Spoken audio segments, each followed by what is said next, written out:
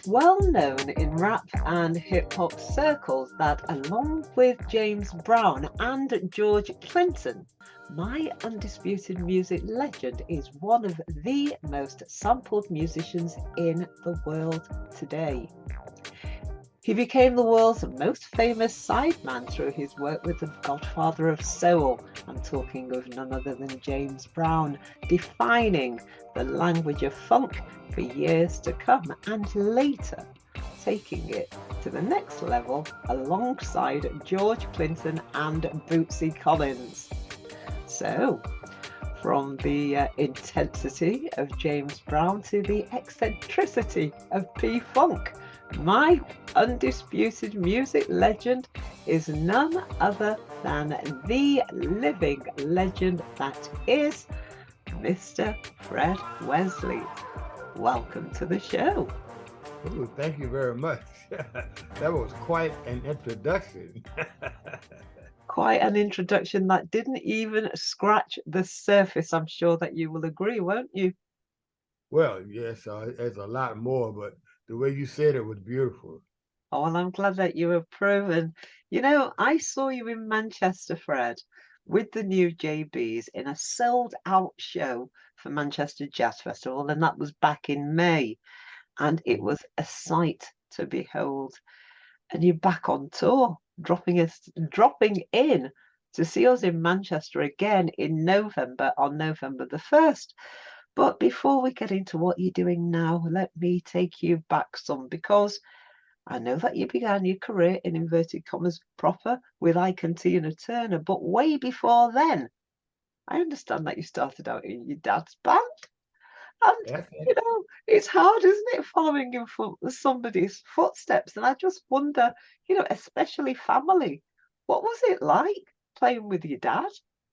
Well, my dad made me the ultimate sideman, and anything he needed, he would get me to do it. When I was maybe 5 years old, I was playing cymbals and beating on things, anything, any kind of noise that he needed, he would get me to do it. When I was in high school, I was in his choir, and I had to sing the part that the other guys wasn't singing. I had to sing first tenor, and when the way I got to the trombone is he needed one in the band.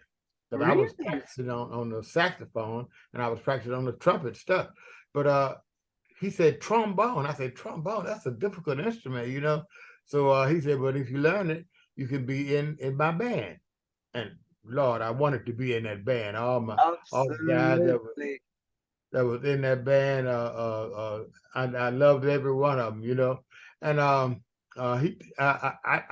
learned how to play the trombone, and he let me play in the band, and I was making money at maybe 15, 16 years old, I was going to playing say, the because trombone. you're a young guy at this age, and there you are earning Yeah. Yeah. as a professional musician, really, wouldn't you? But as a side man, I always been on the side. I was a side man with Ike and Tina Turner, a side man with James Brown, and side man with Bootsy Collins, and also with George Clinton. So that was my role, to play the make the part sound good on the side, in behind the star. Because I never would be a star. Well, I don't know about that, Mr. Wesley. I think you're a bit of a No, star. I, And I wear ordinary clothes. well, it's not about the clothes, is it? It's about what's coming out. You know, you were talking about the That's what I'm talking trombone about. before we kind of get into it, and I know that you kind of say it happened almost by happenstance. Yeah. Did you start to love the sound? Because it does have its own very, very special, tender, You gorgeous know, sound, the trombone. I played the baritone horn in junior high, and it sounded like a light version of the baritone horn. So I was always hearing that like you say, the thunder, and it stuck with me to where I am now, an advocate of the trombone. I try to get all young people to play the trombone. You know, and I'm really tired of these young guys strumming a guitar. You know, every band you see has 3 or 4 guitars in it, strumming and strumming along and singing. You know, I'm tired of that. You know, I know I'm in the minority, but I would love the sound of the trombone. I don't know about being in the minority, Mr. Wesley, because I will happily join that minority along with you. And you know, I wanted to take you down a particular path, but because you've talked about music in such terms now, I'm going to ask you the biggie right now before we get into the past. Here we go. AI. Yes, here we go. AI. Now, I mentioned I came to your gig in Manchester, and the thing that impressed me about it is that you were like one to a man. The sound, the groove, the movement. It was, I mean, I don't want to go and say it's perfection because live music, that's not what it's supposed to be about. It's all about the interaction and what comes back from the audience. But Yeah. you played as one. And to me, I was at the side and I gave such a smile of delight because on that stage, and I counted how many of you were on that stage, and I Mhm. totted up your ages roughly. And I'm like, my word, that accounts for, and you can correct me if I'm wrong, getting on to about 700 years experience on that stage. Am I right? Or am I exaggerating? You are correct. Okay. And the music tells the story too. And the music tells a story. But Yeah. importantly, Fred, you telling that story, and that was the music in inverted commas of yesteryear, but it is being responded to so favorably and so Yeah. excitedly by the young people of today, which proves that it's still so relevant. Yeah, It's but absolutely relevant. they don't hear it. They don't hear it as much. But if they heard it as much as they heard the other music, the hip hop and the other music popular today, they would love it too. You can dance to it. You know, you can But yeah, but move. you're saying that the sounds that you guys were making are the sounds that are made by machines. That's the whole point. So whilst Yes. you guys are standing there on stage and you're playing, what we Yeah. are hearing live, created by you guys organically almost, Yeah. is Uh, music uh, that you would hear people go into studio and program and do a twitch of this and twitch of that. So I did say AI. Do you think that artificial intelligence will have any part, Fred, in what you're doing going forward? I'm afraid it will have some relevance, you know, I mean things are just it's just easier to do things now. If you just take the time to learn how to program this and how to uh, uh, uh, use this technology, it's just easier, and people just glum to that, you know. And unfortunately, all of our people that study hard and learn how to play an instrument really good and how to sing properly, and uh, that's in the past. That's in the past. You don't have to be that good at your art. You have to be good at technology. That is what's happening today. So would you say then there is becoming less and less need for people then? You must have at least one person You see, to because I won't program. actually see. I know, and it might sound backward, you see, but what I will not accept is getting rid of people, the need of people, because for me, that's the heart and soul. That's the beating heart. That's the thing that is making the art form, if you like, of music so beautiful. It's a conversation, Fred. It has to Yeah, be between you and the recipient's ears, you know. And to me, the beauty was in somebody actually creating that, coming from the soul, coming from the heart, coming from the mind, you know, and saying that we're going for the easy options with everything. Um, yes, to me, in the world, kind of sadly negates the world of the need for people, but in music, you know, it just makes me feel sad. But you don't feel sad though, you just feel it's something that's gonna happen and you'll embrace it, do you? yeah. Well, you know, artificial intelligence is definitely on the rise, you know, and people are becoming less and less important, you know. But you know, you have to accept the fact that things move on, you know. I mean, we'd be sad to know that things move on. We'd be sad to know that artificial intelligence is taking over, but we are becoming less and less, and they are becoming more and more, you know. With more young people today. It's a lot of old people too, but we are the ones who appreciate the soul and the excitement that you get from human contact, you know. But they are accepting human contact like things, you know, in the future. And we have to accept that because we are behind and they are moving forward, you know. I'm 80 years old, so You're I 80 know years young. I'm bad time, you know. It's a longer life expectancy, but not much longer, maybe 2 or 3 years longer, you know. But God willing, God willing. You know, I was sent a thing I today. accept it. I do I accept was sent something today, Fred, and it basically said something like, you know, I should find my phone because it's something like, "Good morning. If you've woken up today, God is telling you once again that He has a purpose for you in your life." Well, it was beautiful. It was really beautiful. Yeah, Um, yeah. and I have to admit that, you know, it's not so much that I'm being a stick in the mud. But what I am doing is I am saying that you cannot negate the importance of the part that our elders and our legends have played. Well, you Actually, know, myself will not move forward. I don't use electronics. I don't use technology to do my music. I do it the old-fashioned way.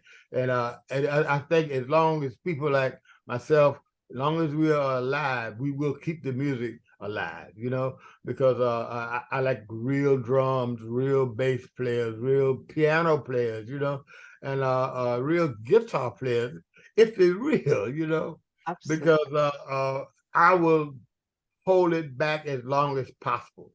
As long as I live, I would try. I have a new album that came out. It's called "To the Blues and Back." Well, You know, there it's a you go. blues album. It There you is go. blues. There you And go. What was I talking about? I was talking about music coming from the heart and soul. So are they your compositions, or are you doing some? I don't mean just. Are they your compositions, or are you doing covers? What are you doing on the new album? oh, what songs am I doing? Yes. Okay, I'll tell you one. There's one called the Old Man Song. Okay. Uh, uh, One is called Bipolar Woman. These are new. These are new compositions. Give me give me your reaction to Bipolar Woman. And Big Leg Emma's house, you know, and I cover Lou Rawls' old tune, bum bum. I was born in a dump. My mama died and my daddy got drunk. The back of the road, and I covered that, and I sang it. You see how I'm trying to hold it Yeah. back. You know, as Yes. long as I don't, but I know my record won't be a gigantic success like a Michael Jackson record, but I'm doing my part to hold back the artificial intelligence. Well, there you go. And on that note, I think we should actually start to delve into you and who you are, Mr. Wesley, because um, there is so much to go into. And you know, I know that you talk about yourself as a sideman, and in one breath, it's almost as though you're dismissing it as though you were a nobody. But in the next breath, you also understand that what you're saying is the road of the sideman was integral to keeping the band together, basically. Oh, Yeah. definitely, Yeah. definitely, yeah, yeah. You had to have a good side man and a side man, so to speak, a honcho, somebody to move all the side men together, you know, and you had to have a leader among those men together, and that was my job. That was my Was it, job. you know, before we get stuck in, was it fun? Was it great fun? You were a young guy. Were you having the time of your life? I mean, really? It was really fun.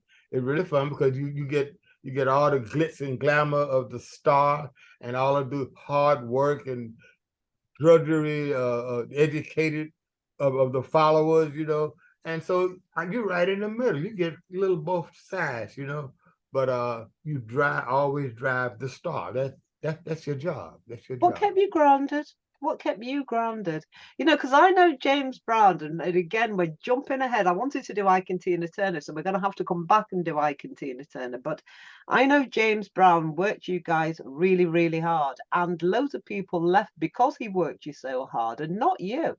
You stayed the course, and more than stay the course, you wrote with him, and you became his band leader. So, what was it that made you different then to the ones who couldn't stay the course? Because James Brown was just about the music, wasn't he?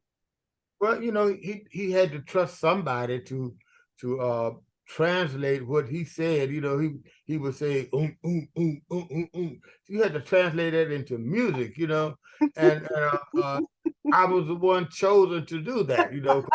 I Do it again. Do it again. I How would he did. go? How would he go? Do it, please. Do it again. Tell me No, again. I won't do that again. I won't do it Please. again. It was so But funny. you know, okay, on the thing, the boom, boom, boom, but you know, you had to translate that into listenable music, you know, Okay. and that was my job. That was my job, and I understood where he was coming from, or where he said he was coming from, you know. But Okay. I had my own ideas, and so we had a mix of what he said, what he wanted, and what he got, you know. I would just make sure he got something good. Well, absolutely. And I mean, I know it wasn't sort of like all smooth sailing because you left and then you came back. But let's do this properly, Fred. Let's start. And as I say, I do know that we're missing out a considerable amount of stuff, but let's start with Ike and Tina Turner. What tunes might we know that you put your stamp on working with them?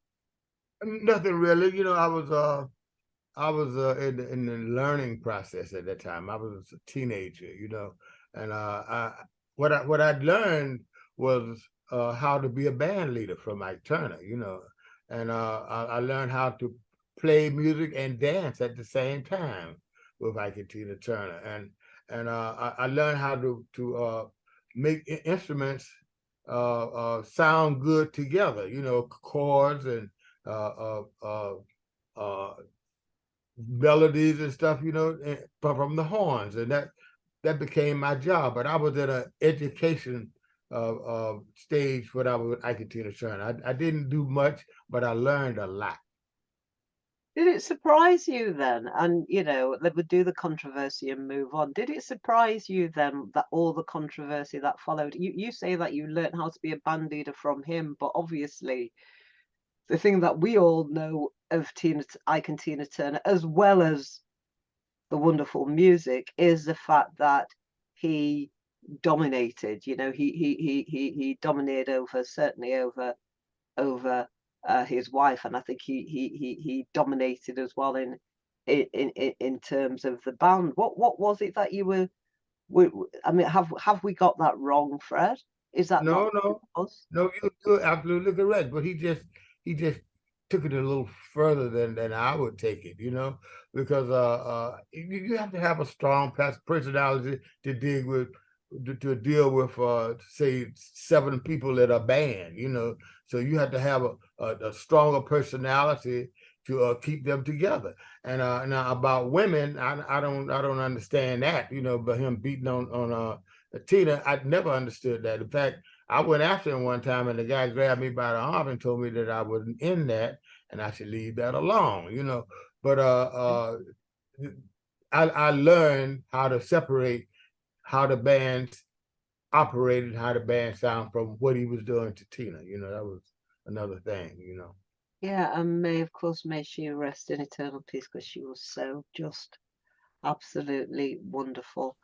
He was. They were early. They were early days. Was it then that you went from there to the military? Yeah, if I played a few local gigs, and during a year or two I was at home, you know.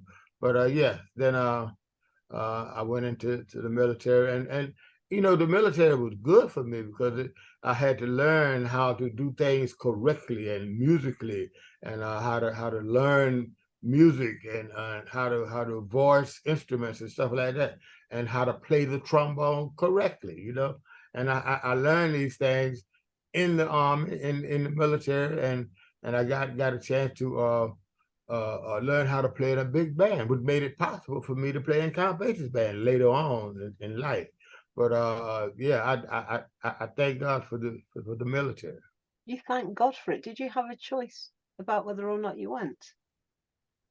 Not really, but I was I know you glad I mean was. you thank God musically. That's what you mean, don't you? Yeah, yeah, sure. Or am I putting words into your mouth? Do you just mean you No, thank no, God? that is correct. You are correct. Because they were hard times, Fred. You know, you had people not going, you had people choosing not to go, didn't you? Well, uh, Or have I got this wrong? no, no. I just want to explain to you how me and a lot of other people felt, and it was about doing your part, and I still feel like I did my part in the military because we had to support the people that were in Vietnam. You know, that was and it was hard to do, but you had to do it, and you had to do it with flavor and with some kind of thing. You know, you had to have a driving kind of a sound in order to make the band, I mean, make the soldiers feel good. You know, that's what the band was about, You making know, people feel good. well, that's something that you've carried on with, actually, isn't it? Making people feel good with your music. But I just wonder, was it really difficult to kind of build yourself up to that when you think about the backdrop, the reality? You know, you're playing songs to make the soldiers feel good, but the reality is actually the Vietnam War, the war in which millions of people back at home were saying shouldn't be happening. Yeah, well, if you want to get into politics and stuff like that, you got the wrong person because I don't You'd have discuss no that. trucking, you have no trucking all of that.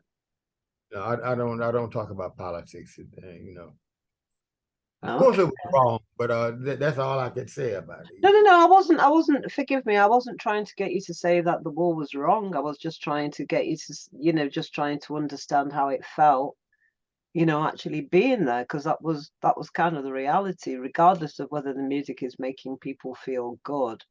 The Yeah. reality is that it's people at war, which is just heinous, isn't it? Full stop, Okay. Maybe I should have said as good as possible then. Yeah. Well, forgive me. I really wasn't trying to take you down any road. If we were Right. going to do that, that would be a completely different conversation. Let's stick Right. with the music. Let's stick with the music. Okie dokie.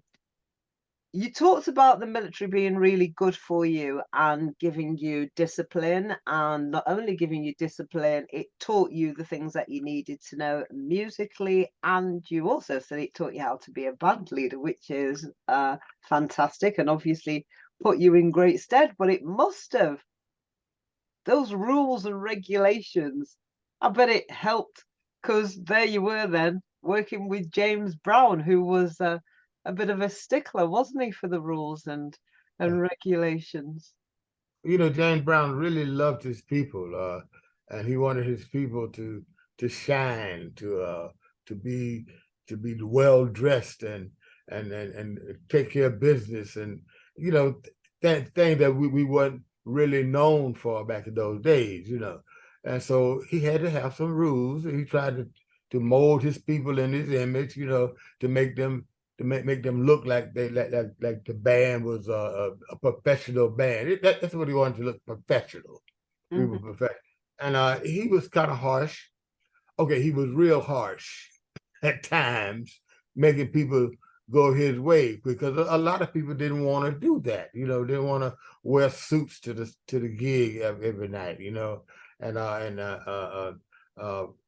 eat with silverware and stuff, you know, because we were like wild people who he was trying to tame. So I understood him, and I could understand the band. So I was the in between James Brown and James Brown band for a period of time, for 4 years. You know, how did the other guys in the band respond to you kind of saying, excuse me, Well, this like I said, you have to have a strong personality, and you have to deal people, you have to treat people right. And by me having strong personality and treating people like people, even when James Brown didn't treat people right, I would always treat them right. Then I became their leader, and so they believed in me. Sometimes I would tell them a lie that James Brown was a good guy, and tell James a lie that the band really loved him or something like that. I was the in between, maybe a psychologist, so to speak. absolutely you were the peacemaker. You Keeping were things doing what together. needed to be done. No, absolutely. I mean, I don't know whether I would use the word lie. Let's call it I'm exercise telling it like it is. storytelling. Okay, I was being kind. Storytelling, it was a lie. No. Do you know, it's funny, isn't it, when we're talking about James Brown? He was a brand before the concept of brands existed, wasn't he? He was a what? A A, brand. He was almost or like a a brand. brand. Yeah. He didn't understand that. He didn't understand, and I didn't understand. I really didn't understand. In fact, it's just recently that I have understand a brand, because James Brown had no idea what that was. He would make money and stick it in his pocket. His wallet was this thick. And where he had checks and money in his wallet, and he would carry money out of these concert halls in boxes, and hide it somewhere. He wouldn't invest it, wouldn't in try to make it grow, No. but he would hide it in the ground and behind trees and stuff like that. Did he So not he have had anybody? no idea what branding was about. Have anybody on his side that he trusted that could Yeah.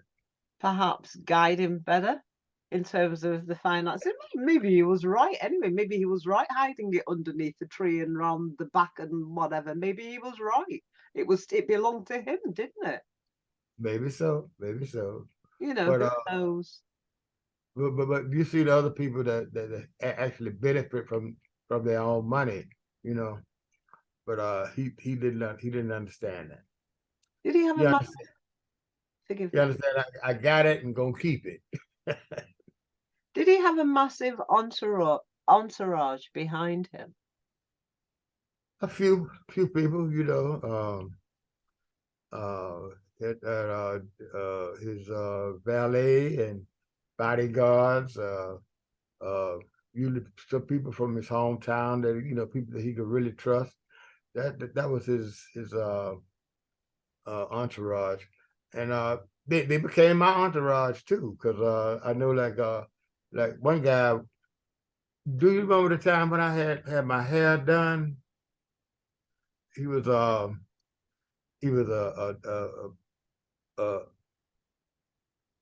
cosmetologist drummer. Okay, And okay. I used to roll my hair every day, in a roll. His entourage became my entourage. I felt protected at all times, and I had my clothes clean and ready to go at all times, and I didn't have to do that. Were you like family? Was it like a family?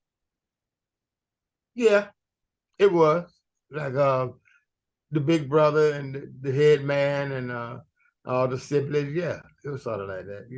But what of your family and what of your own life? Did you have Oh, one? yes, I do. Yes, Well, you did, and yes, you do. So, how did you manage to marry the two?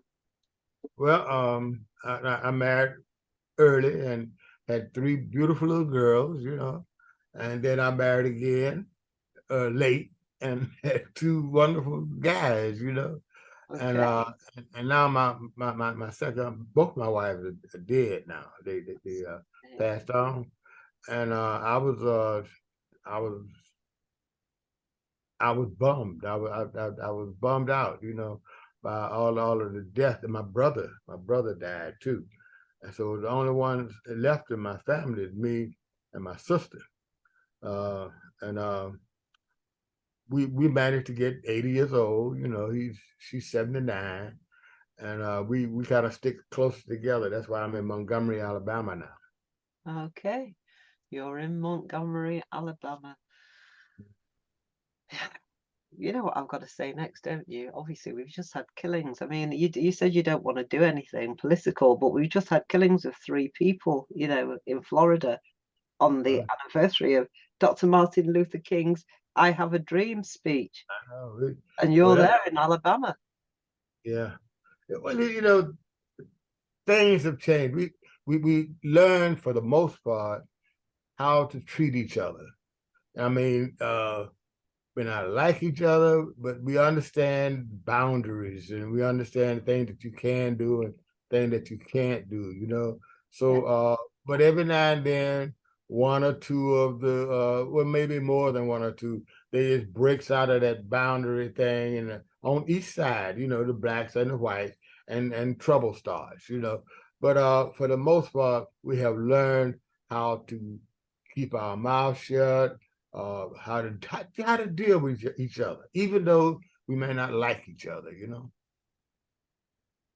I think it was just a very, very sad day, and I don't think that whatever you say, whatever I say, will not take away from the sadness, certainly from the people who've lost somebody. I mean, it's a crazy world, a crazy world we live in. But music, Yeah. Mr. Wesley, does something, does do something. I call it medicine for the soul. And music is certainly my savior. If I'm happy, if I'm sad, if I'm crying, if I'm whatever, there's always a tune. And I wonder about how that is with you. You've composed music as well, have you? Do you have kind of set kind of grooves in your head? So if I said to you, come up with a P-Funk kind of a groove now, would you know immediately what you were gonna drop? Yep, I would know immediately, and Oh, I would have to put it down right now, or I would lose it. So it's some kind of muse or some kind of god, somebody that makes me uh, embody music. I can do music anytime, anywhere.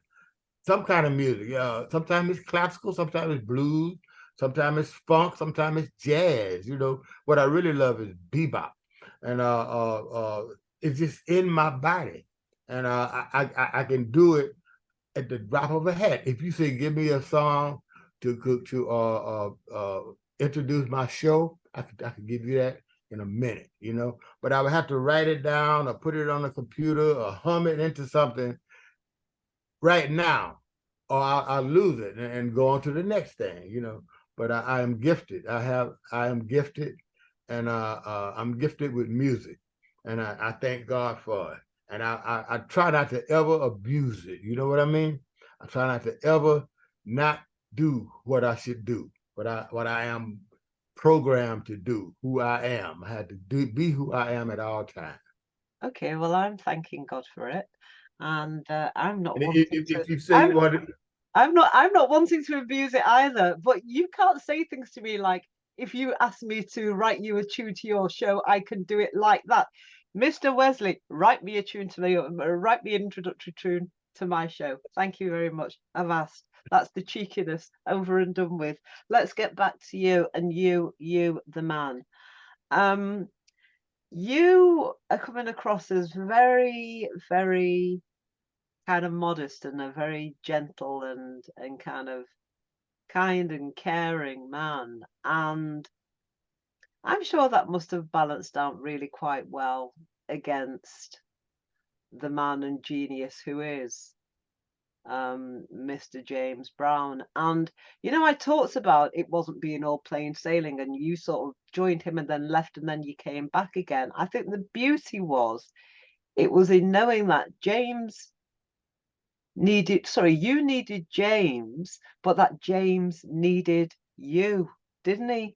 He He needed did. you. He did. It was funny how it happened. That must have felt Uh, good. That must have you know, felt good. what she Maceo left him first, and I was already gone.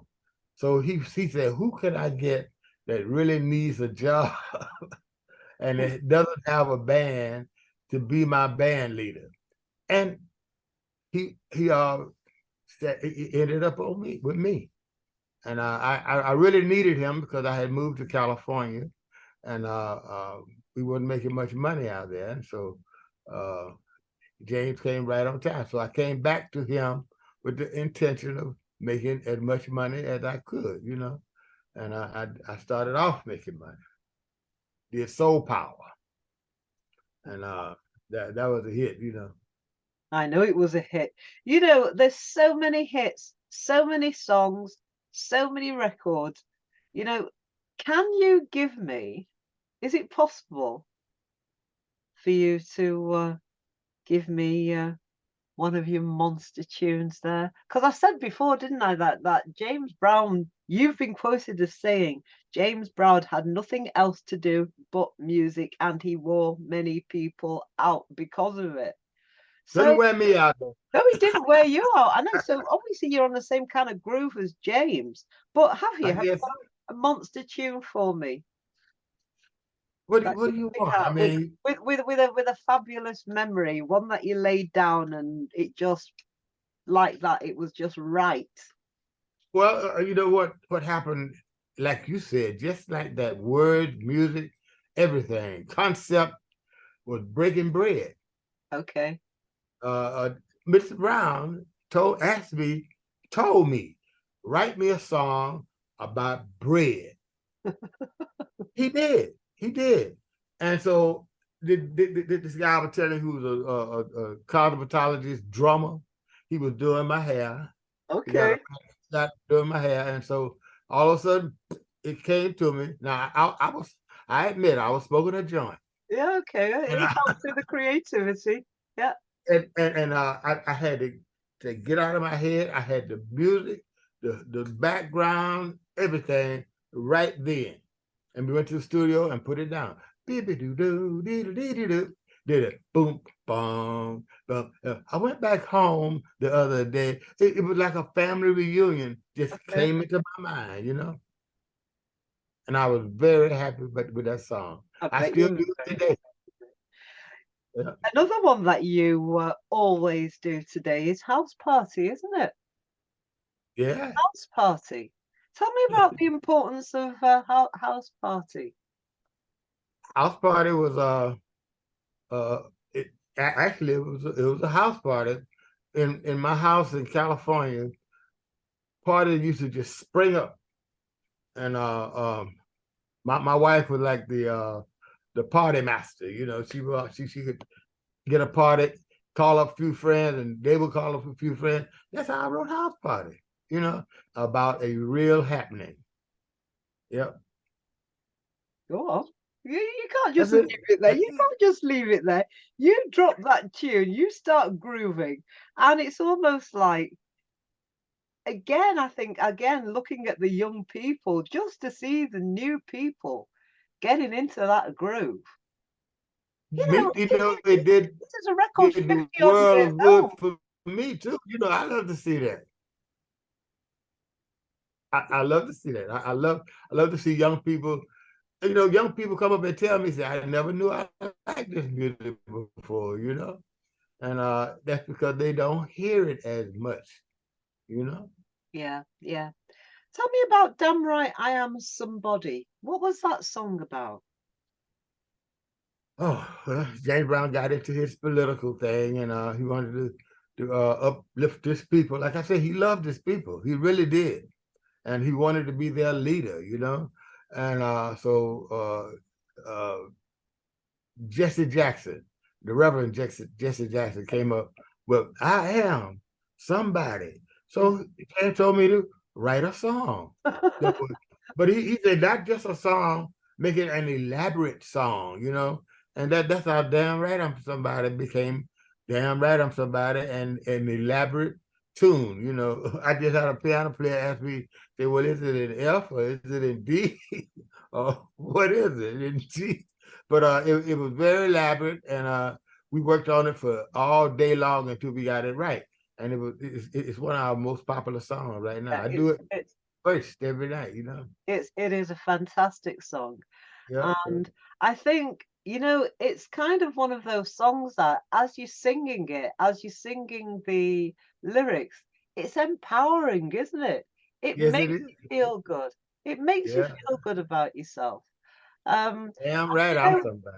we were talking about the climate today, and I think that that's something that's needed so Yeah. much to be able to stand up and you know, to always remember that I am somebody, because I think in this world it's so easy, isn't it, Fred, Oh yeah. to let yourself become subsumed, to let yourself be taken over And by it's all happening. that noise that's out there, you know? No, and it's happening now. But like I say, all you can do is just do your part to hold back as much of it as you can, you know, because it's gonna happen.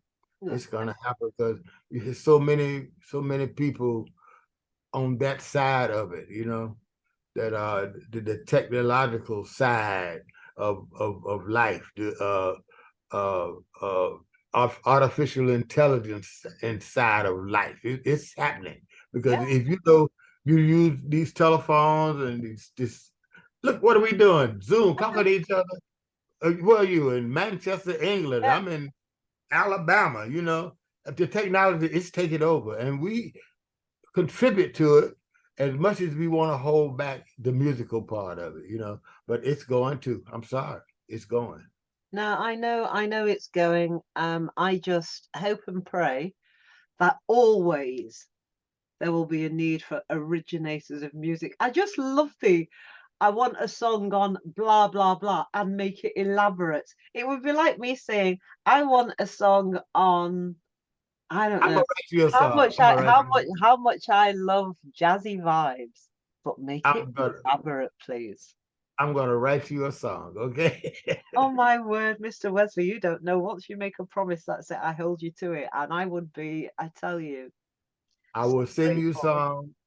I will sing you one soon. I Well, won't do it today, no, but no, when no. when it hits me, I'm When gonna it sing hits it. you, I'll be reminding you tomorrow.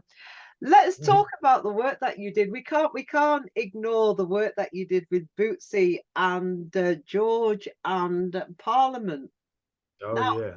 you go from James Brown to the funkadelic world that, you know, you could almost call it the surreal world of eccentricity of P-Funk. And you know, it's dead funny because they talk about immersive experiences now, don't they? You know, it can't just be a gig, you know, it's got to have some sort of animation and 3D elements and some sort of something else going on. But if Yeah. you think, you know, if you visualize kind of how elaborate the Parliament Funkadelic stage show was, and I'm Mm. going back years now at the time, it was like nothing else. So it was almost like one of these immersive experiences then. What was it like for you as a musician? Well, you What know, was like chaos? I mean, was it kind of organized chaos or good way to put it, organized chaos. But you yeah, know, George Clinton had it organized. Really, he did have it organized, and he read books on the extraterrestrials and the things of the world that we never think of. But he read these books and he got these ideas.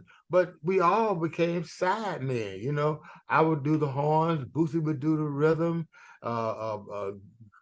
Gary would do his part of the guitar, and but he would organize it, you know. So he'd take all the chaos and organize it into a beautiful song, you know, yeah, flashlight, you know, stuff like that, uh and Boosie is the total funk master. Believe me, he is the funkiest bass player in the world.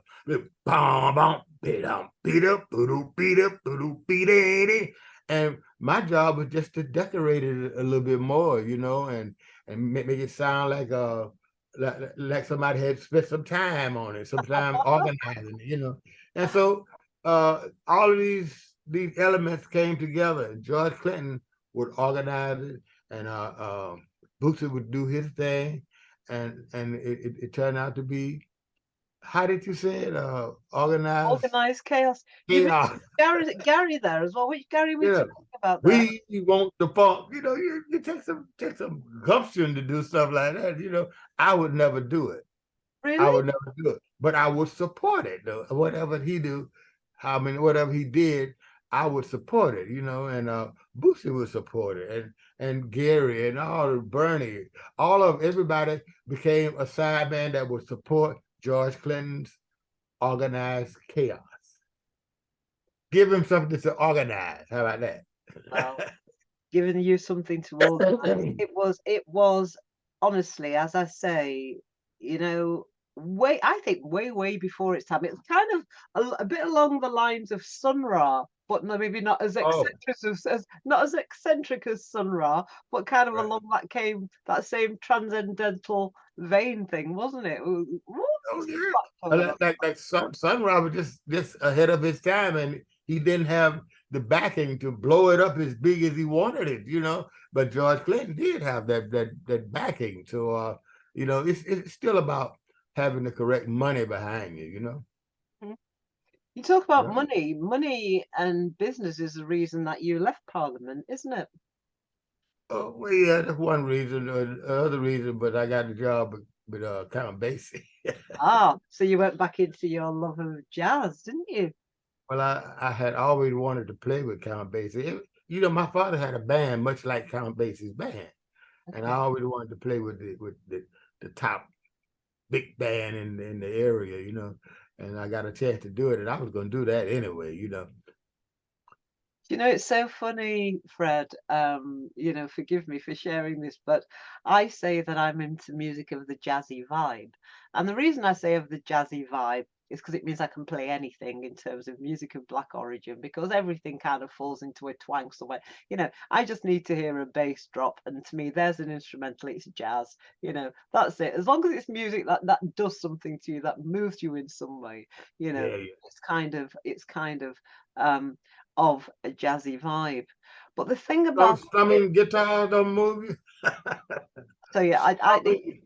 I think it is, you know, it to me it's not important to have a label. It's more about what the music actually does. What I was mentioning before, what it does to the recipient. Yeah. And your music brings joy. Your music brings joy. When you do those I Am Somebody, not only does it bring joy, it makes you stand up. It's kind of like chest high, and I like that because it makes you that makes you feel doubly good. Well, it But makes also me the feel music, good to know that I yeah, make you feel good. yeah, it does. It makes you Feel real feel good. doubly good. And Yeah.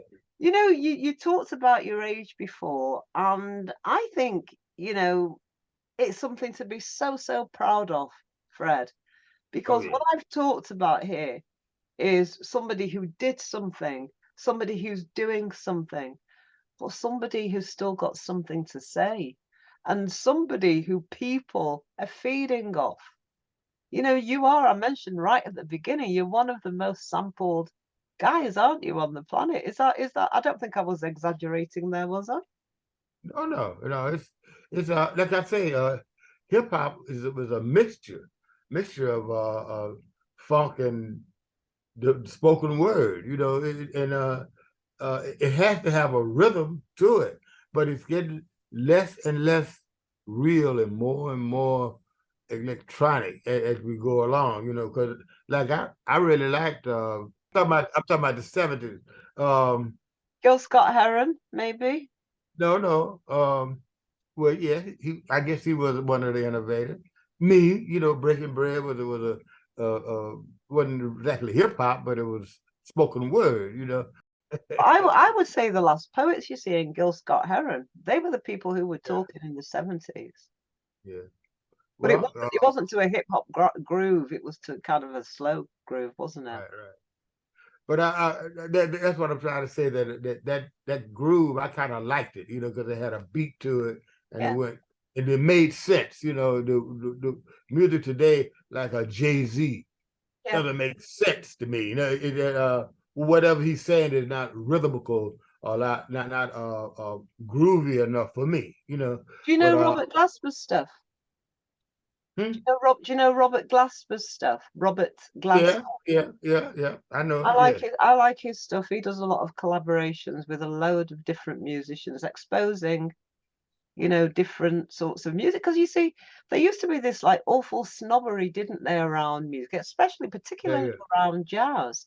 And you know, I think his idea of bringing in all of these people like Q-Tip, Erica Badu, people like this, you know, Layla Hathaway, you know, any number of them, you know, Herbie Hancock, Yes. you know, working with all of these people, Cassandra Wilson, you know, exposing them to all of this kind of a groove. Well, you mentioned Herbie Hancock.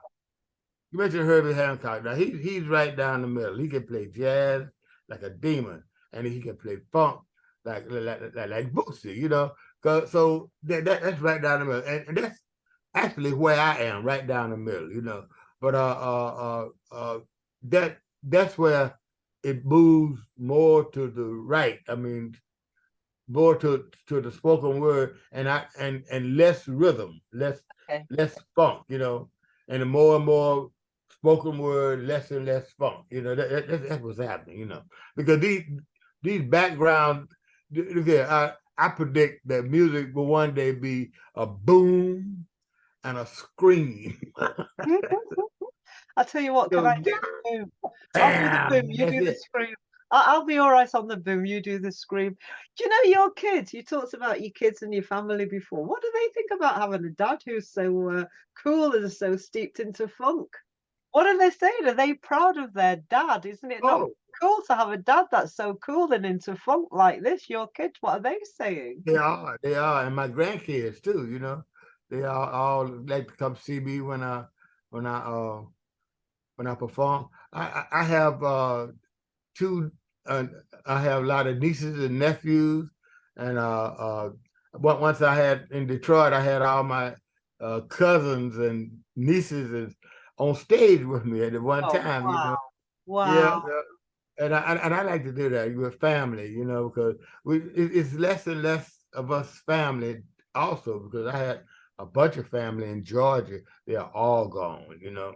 But the ones that are still here, I just try to stay as close as I can to them because they enjoy me and I enjoy them. And I know I have this gift to give to people, you know, and I want to give it to them too, you know.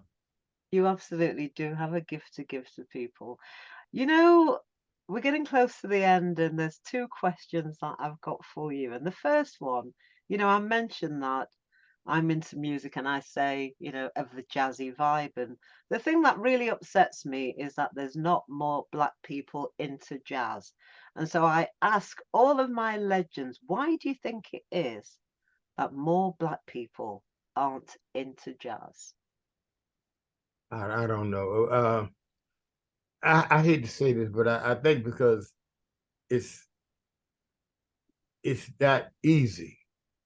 Uh, you know, we have worked hard all our lives and all our ancestors' life worked hard, and when you get something, you find something that's easy to do to create, you do that, you know. But white people they have a work ethic, a work ethics that causes them to practice more, you know. And you know, you can only play bebop and jazz and stuff like that if you practice. You have to practice long and hard to get your fingers and your lips together to do things like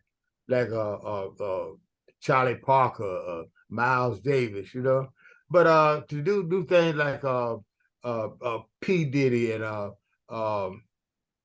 Jay-Z, you know, you just have to learn how to go booty, bee, and then so if they're not right, they correct it. So it's easier, I think, and jazz is hard.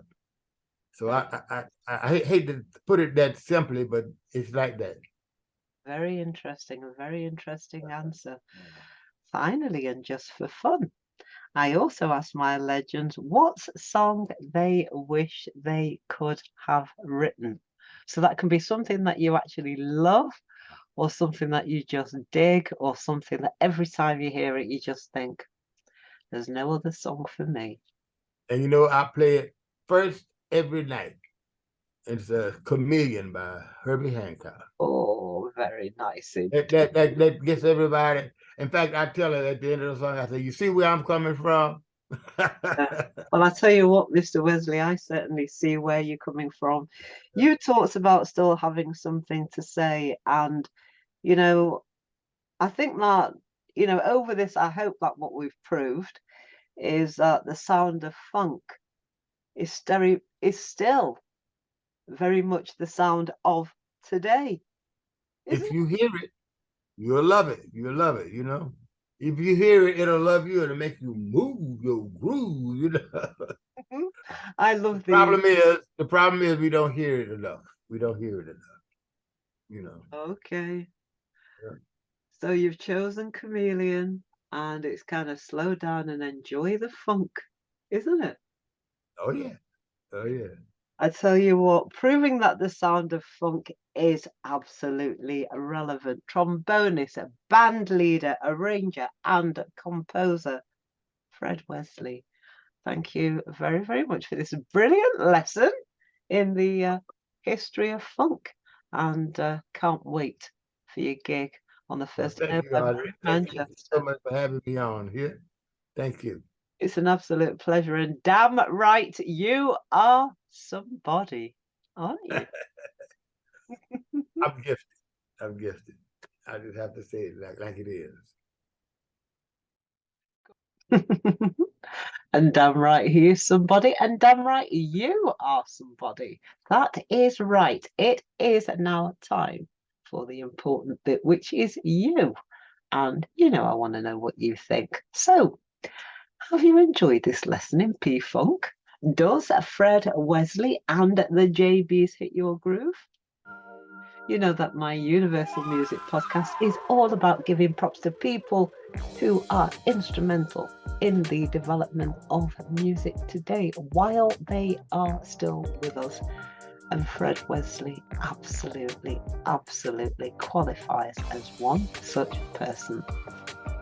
So, remember to hit that button and subscribe to this podcast, and very soon you will be meeting your next undisputed music legend, sharing their secrets of success and longevity just with you.